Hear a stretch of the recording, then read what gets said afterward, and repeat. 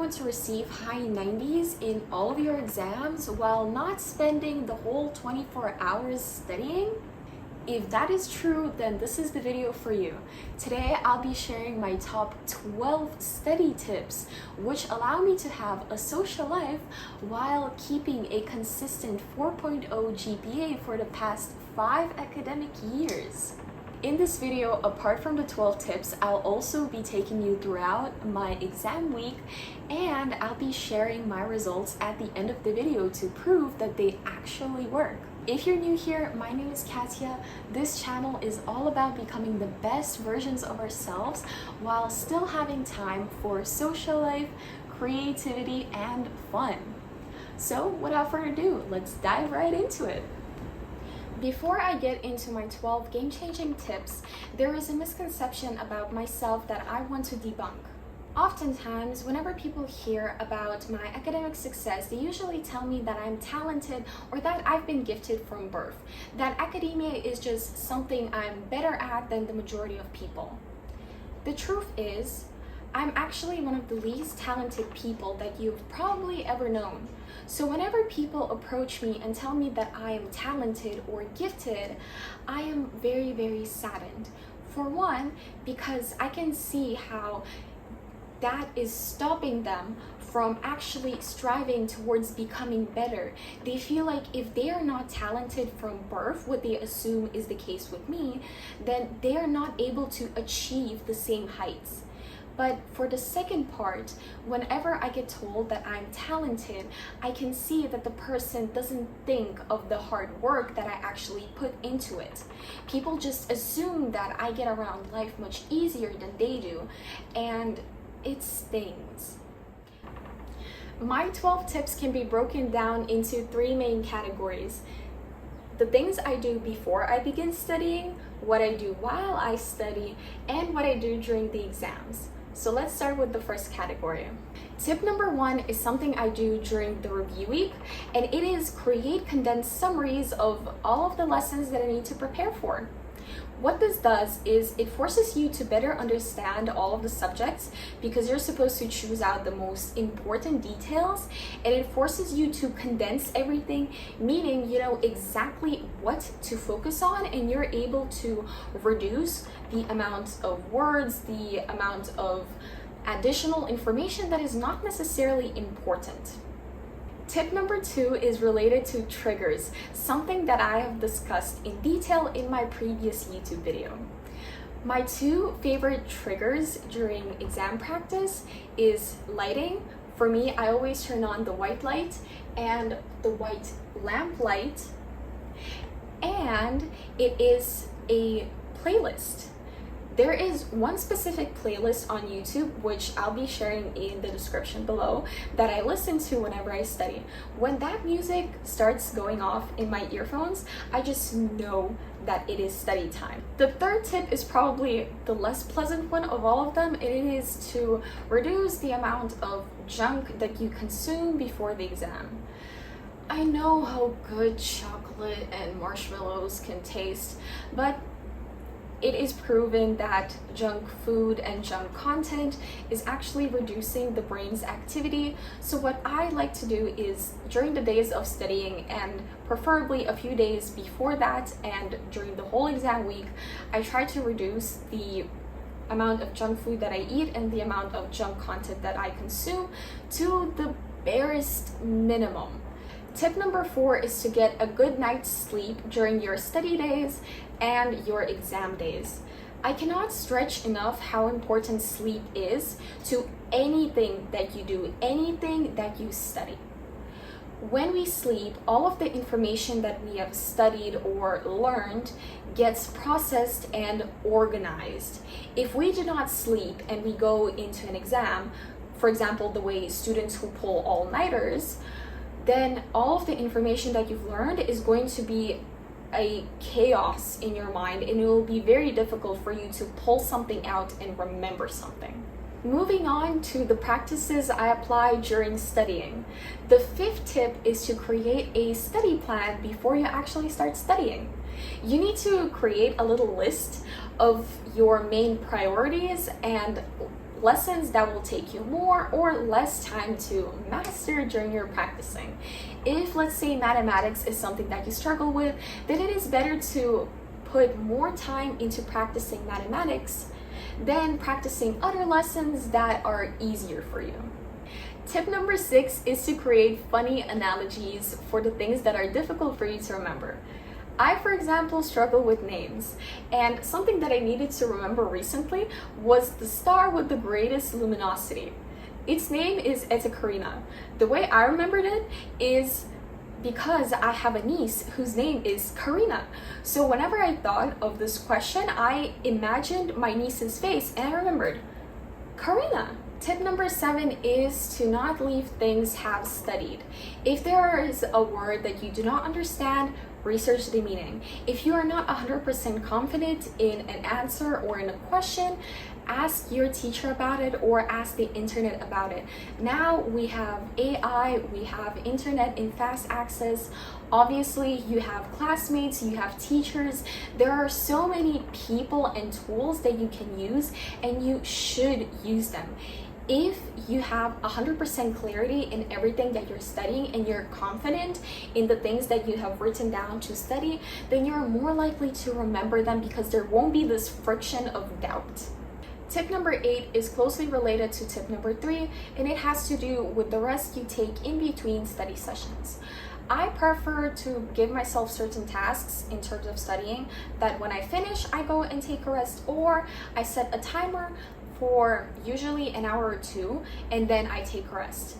I do not like studying to the point where my mind feels like it's fuzzy, because from my experience, when this happens, it means that you're already overstimulated and you're going to crash. Most likely, you're going to forget half of the information that you've learned.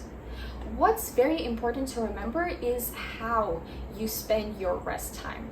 If you're going to doze off into internet, then all of the things that you've learned are actually going to get muddled up with all of the content that you've consumed, because content is actually putting even more pressure and stress onto your head. What I prefer doing during my rest is taking a nap, going and speaking to a family member, or even brewing myself a cup of tea. Something extremely simple, something that is going to remove the stress and remove the extra stimulation from your mind. Last tip, number 9 from this category, is to create a little test for yourself composed of the most difficult things for you to remember.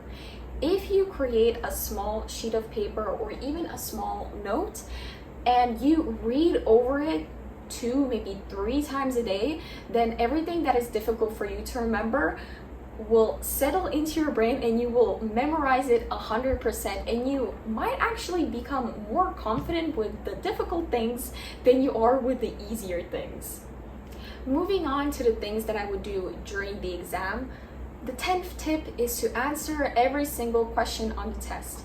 Even if you aren't certain about certain question, or if you're running out of time, putting some sort of an answer might help you, because you never know if it is right or wrong.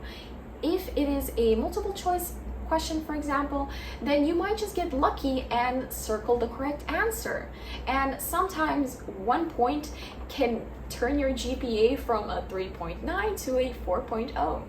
Tip number 11 needs some explanation, but it is be confident in yourself but doubt everything. When you're answering, you need to be very confident in all of the answers that you give, but you need to doubt yourself when you're giving those answers. Meaning, you need to actually ask yourself, why am I so confident in my answer? You need to think back to all of your studying and actually find those little leads that make your answer correct. Also, I recommend everyone rereading the question multiple times, because oftenly teachers would give us questions that are actually trick questions where one word can fully alter the meaning of the question. Tip number 12 is to have a little totem or a good luck charm with you that is going to help you ease your anxiety or stress levels. This could be anything: a favorite pencil, a unique hairstyle, a piece of jewelry, even a weird looking eraser that you think will bring you good luck, or a little coin. An example from my life, which is a little secret, is during my SAT testing, I was allowed to bring this die with me into the testing room. When I had it, I could feel its sharp edges, and it helped me de-stress myself and focus better on the questions which I was presented. It is something so small, but can be so significant if you're experiencing extreme stress levels. These were my 12 tips. I hope that at least one resonated with you and that you're going to try them. If you're bold enough, then go ahead and try all of them. I certainly apply all of them in my life. It might seem like a lot, but in truth, the more you practice them, the more they become natural to you, and you actually don't start thinking about them as something that you need to do. They just become a casualty, something that you do all of the time.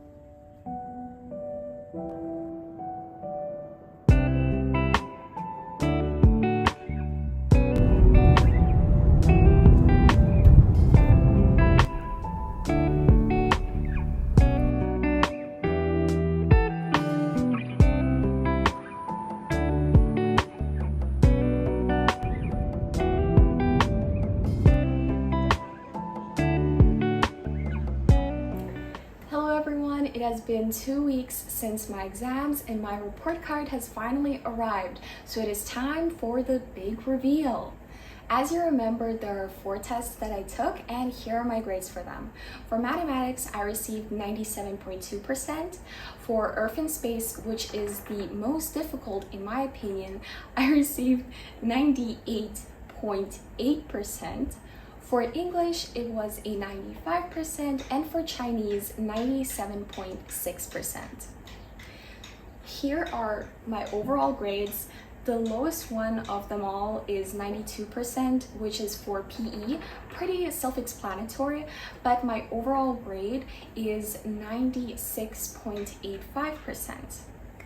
I would say that that is a pretty good score overall. So now you see that all of the tips that I've shared are not clickbait. They actually work and they have helped me so much. I hope that you will go ahead and try at the very least one of them, but if you're bold enough, go ahead and try all of them. I certainly swear by all of them and practice them every single time. But with that, this is where I'm ending the video. If you have any suggestions for further videos, please let me know. Perhaps you'd like to know how I work on my projects, because from my report card, you can see that the majority of my subjects are project-based assessments. However, for now, goodbye, and until next time.